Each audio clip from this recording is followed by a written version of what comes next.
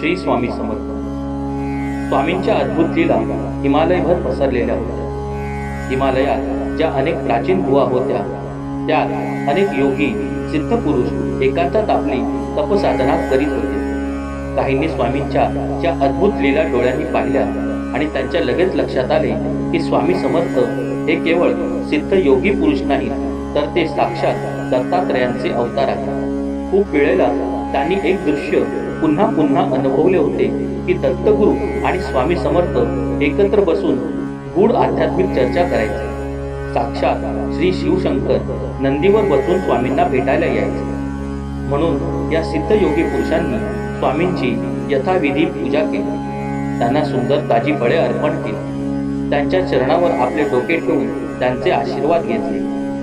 स्वामी त्यांच्यावर प्रसन्न झाले. कैवल्य साक्षात्काराचा मार्ग त्यांनी या साधक भक्तांना खुला करून दिला. योग विद्या शिकवली. हे चालू असताना अचानक त्या पवित्र स्थळी 2 व्याघ्र आले आणि त्यांनी स्वामींवर हल्ला केला. भोवती जमलेले ते सिद्ध योगी एकदम घाबरले. स्वामींनी त्यांना अभय देत घाबरू नका, मी आहे ना असे म्हणत स्वामींनी वाघरांचे मस्तक धरले. स्वामींचे दोन्ही हात त्या 2 वाघरांवर पडले आणि त्या क्षणी काय झाले तर 2 तेजस्वी गंधर्व प्रगट झाले.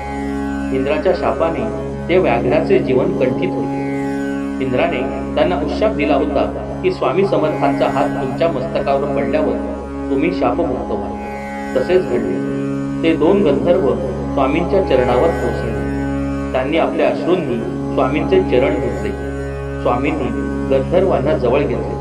म्हटले, तुम्ही आता स्वर्गलोकी जाऊ नका. असेच दक्षिणेकडे चालत राहा. अक्कलकोटला आपली पुन्हा भेट होईल.